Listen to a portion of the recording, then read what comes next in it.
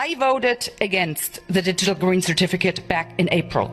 Unfortunately, it was adopted nonetheless. And this just goes to show there's only a minority of MEPs who truly stand for European values.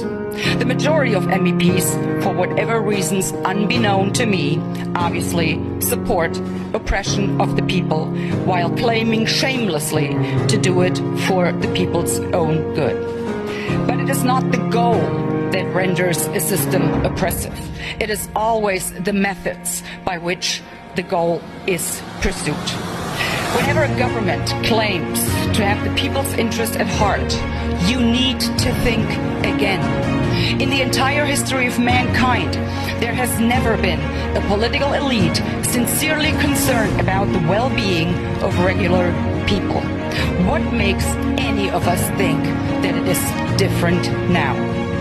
If the age of enlightenment has brought forth anything, then certainly this.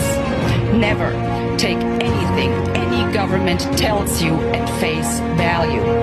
Always question everything any government does or does not do. Always look for ulterior motives and always ask, cui bono, who benefits?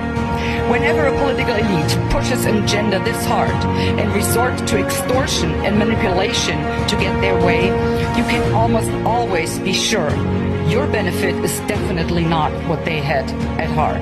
Let's be clear about one thing. No one grants me freedom, for I am a free person. The compulsory use of the digital green certificate undermines everything that Europeans stand for.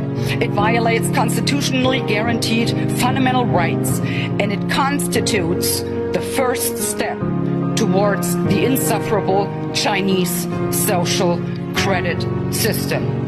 I will never stand for this. I will never put up with this. Thank you.